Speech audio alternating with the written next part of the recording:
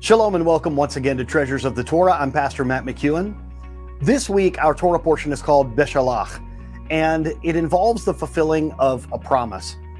Jacob makes his family promise that they will carry him out of there and bury him in the Holy Land. And not only do they bring the bones of Jacob out, but they bring the bones of Joseph out in the Exodus.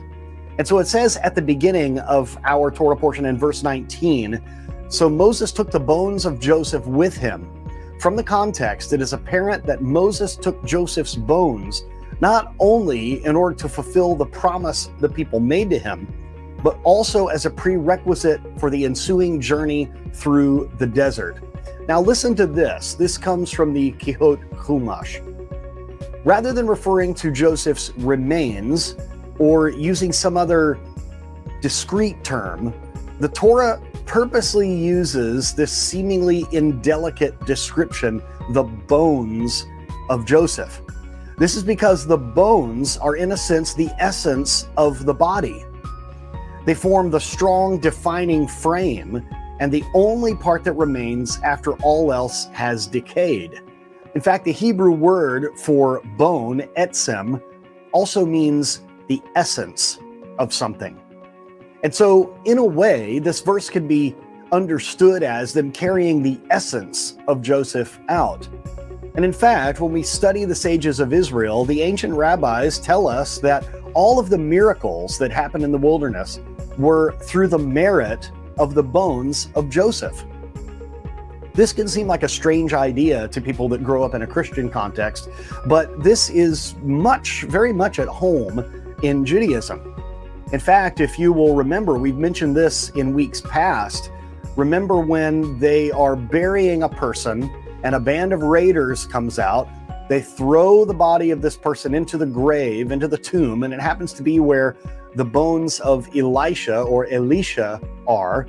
And when the body hits the bones of this great prophet, the man actually comes back to life. There was still some of that residual essence, the kedusha, the holiness, even in the bones of this mighty man of God. So this is not only a promise kept of bringing out the bones of Joseph, but this is also a story of merit, that there is a merit in a righteous person, an essence that is even able to be left behind after that person dies. This is something that we need to think of as a legacy, perhaps. What will be the legacy for you and I after we have long passed?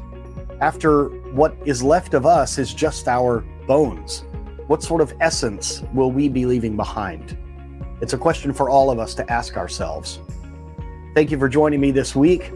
We also want to remind you to go to rivkaremnant.com and get Rabbi Shapira's latest book called The Rivka Remnant. I was privileged to write the foreword to this book. It is a life-changing work, and in my estimation, it's the most important book that's been written since the revival of Messianic Judaism, and I don't say that lightly. It has implications for Judaism, for the church, for Jews and Gentiles both, and it deals with the last days, with the coming judgment, with the rapture, all of these things that concern the end times. And so I think it's important for us to really grasp this concept. So once again, pick up that book, and you'll probably want to get multiple copies for your family and friends. Thank you for joining me this week. I pray that this message has been a blessing to you. Shalom and Kol Tuv.